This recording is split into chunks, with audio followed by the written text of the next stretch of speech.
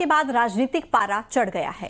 NDA और विपक्ष आमने सामने हैं। सत्ता पक्ष दावा कर रहा है कि विपक्ष के 15 सांसदों ने क्रॉस वोटिंग कर सीपी राधाकृष्णन की जीत पक्की कर दी। तो वहीं विपक्ष सवाल उठा रहा है कि एनडीए के 15 सांसद मतदान में गायब क्यों थे या फिर उनके वोट अमान्य क्यों हुए।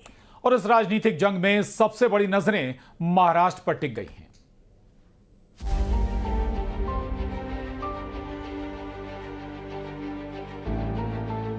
उपराष्ट्रपति चुनाव ने जीत से ज्यादा हलचल वोटिंग पर मचा दी है। एनडीए कहता है विपक्ष में सेंध लग चुकी है। 15 सांसदों ने क्रॉस वोटिंग कर दी।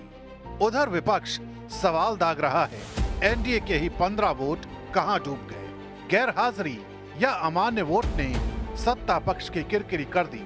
लेकिन असली खेल वही है जहां से हर बार सत्ता के समीकरण तय होते हैं। महाराष्ट्र चर्चा तेज है कि 6 से 7 सांसद यहां से एनडीए की तरफ चले गए। बीजेपी मानी जाती है ना उसके लिए, दूसरों के घर तोड़ना फोड़ना ये उनका काम है, धंधा है, धंधा अंडरलाइन खरीद लेना लोगों को।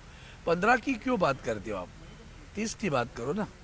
15 वोट जो इनवैलिड हुए इसका मतलब क्या है? गवार लोग है क्या वोटिंग करने वाले? जानबूझकर किया होगा। तो मुझे उसमें समझ में नहीं आ रहा। हमारे कांग्रेस के नेता ने भी कहा 315 वोटिंग है, 15 कम हुए। वो 15 कौन है फिर? अब जरा सीधी भाषा में वोटिंग का हिसाब समझिए। एनडीए उम्मीदवार सीपी राधाकृष्णन को मिले 492 वोट। विपक्षी उम्मीदवार बी सुदर्शन रेड्डी को मिले 300 वोट, यानी 192 वोट का साफ अंतर। एनडीए कहता है ये 15 विपक्षी सांसदों की वजह से हुआ। विपक्ष कहता है अगर एनडीए के 15 वोट अमान्य ना होते तो तस्वीर और अलग दिखती, यानी जीत एक लेकिन 2 दावे। विपक्ष के लोग बड़बोलापन कर रहे थे, बिना किसी कारण के एक वातावरण तैयार करने की कोशिश कर रहे थे कि एनडीए के वोट बटेंगे, एनडीए के वोट फूटेंगे। विरोधी पार्टियां अपने वोटों को नहीं बचा पाई। उनके बहुत बड़े पैमाने पर वोट्स ये एनडीए के जो उम्मीदवार है सीपी राधाकृष्णन जी, उनको प्राप्त हुए हैं। एक प्रकार से मुंह के बल गिरने का काम ये विपक्ष ने किया है। चुनाव गुप्त बैलेट से हुआ, इसलिए साफ नहीं कि किसने किसे वोट दिया। लेकिन बीजेपी दावा कर रही है कि महाराष्ट्र के अलावा भी कई राज्यों से विपक्षी सांसद एनडीए के साथ आए। विपक्ष का कहना है कि उन्हें किसी सेंध की परवाह नहीं, उनका गठबंधन मजबूती से खड़ा है। यानी एक ही नतीजे पर 2 सियासी कहानियां गढ़ी जा रही हैं। खरीदने में माहिर है तो, और या तो खरीदने से या जो एजेंसीज है अपनी एजेंसीज को दुरुपयोग करके दबाव करके करते हैं। मोदी जी का नेतृत्व जिस प्रकार से वो गए 10 साल भारत का नेतृत्व कर रहे हैं, जिस प्रकार की उनकी नीतियां है, जिस प्रकार से डेवलपमेंट का काम मोदी जी के नेतृत्व में चल रहा है, आज अपोजिशन बेंच के एमपीज भी उनके काम से प्रभावित होकर उन्होंने सीपी राधाकृष्णन जी को वोट दिया। साफ है उपराष्ट्रपति का चुनाव महज औपचारिकता नहीं रहा, ये एनडीए और इंडिया गठबंधन की ताकत की जंग बन गया।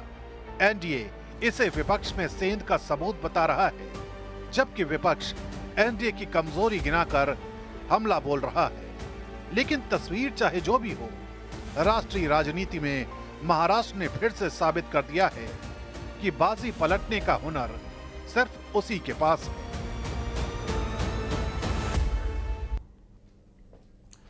और सीएम डॉक्टर मोहन यादव ने आज एक ऐसा बयान दिया जिस पर सियासत शुरू हो गई है। सीएम डॉक्टर मोहन यादव ने कहा कि हम तो गायें पालने वाले लोग हैं, लेकिन कांग्रेस के लोग बड़े बड़े कुत्ते पालते हैं। कांग्रेसियों ने गाय को छोड़कर घर में कुत्ते पाले हैं। कांग्रेस वालों को उनके कुत्ते मुबारक हों। लेकिन हम हमारी गौ माता की सेवा करेंगे। और अब इसी पर छिड़ गई है बहस।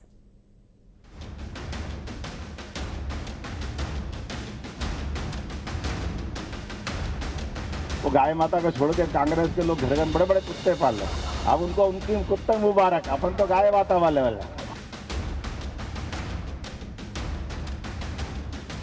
आज गाय सड़क पर घूम रही है, उसके पुनर्वासन के लिए क्या किया गया? कौन ऐसा कांग्रेस का नेता था जो अपने आप को गर्व से गाय वाला कहे?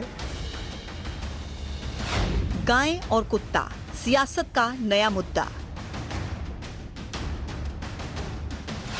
सीएम का बड़ा बयान मचा सियासी घमासान। ये गाय आपको रखना, ये गाय माता को रखना, ये अपनी सरकार। लोग कुत्ते पाले कांग्रेस के नेता, उनके घर में क्या है? कुत्ते। अपन तो गाय पालने वाले है कि नहीं? क्या पालना चाहिए बताओ? 33 करोड़ देवी देवता का वास जहाँ हो, वो गाय माता को छोड़ के कांग्रेस के लोग घर बड़े बड़े कुत्ते पाल रहे। अब उनको उनकी कुत्ते मुबारक। अपन तो गाय माता वाले है कि नहीं है? कांग्रेस को कुत्ते मुबारक, हम तो हैं गौपालक। कांग्रेस ने सरकार बनाई थी, 15 महीने में 1000 गौशालाओं का निर्माण किया था, आपने देखा। आज गाय सड़क पर घूम रही है, उसके पुनर्वासन के लिए क्या किया गया, उसके पुनर्वास के लिए क्या किया गया? सवाल भारतीय जनता पार्टी की सरकार पर खड़ा है। सिर्फ कहने से नहीं होगा, आपको करना भी पड़ेगा। मुझे कांग्रेस ही बताएं कि आज तक कौन ऐसा कांग्रेस का नेता था जो अपने आप को गर्व से गाय वाला कहे? इनको तो लगता था कि इनकी वोट बैंक नहीं छिन जाए। तो हम गाय वाले भी हैं, हम सनातन वाले भी हैं और हमें गर्व है। और कांग्रेस की जितनी भी कारीगुजारी है वो इन सब से बाहर आती है, इसीलिए ये बौखलाते हैं। सीएम डॉक्टर मोहन यादव ने शाजापुर में कहा कि हम तो गाय पालने वाले हैं, ये कांग्रेसी हैं जो बड़े बड़े कुत्ते पालते हैं। अब सीएम के बयान पर घमासान शुरू हो गया है। कांग्रेस ने आरोप लगाते हुए कहा कि बीजेपी सिर्फ गाय के संरक्षण की बात करती है लेकिन काम कुछ नहीं किया। उधर बीजेपी का दावा है कि कांग्रेस का गाय से कुछ लेना देना नहीं है। आखिर एमपी में क्यों गाय और कुत्तों के नाम पर सियासत?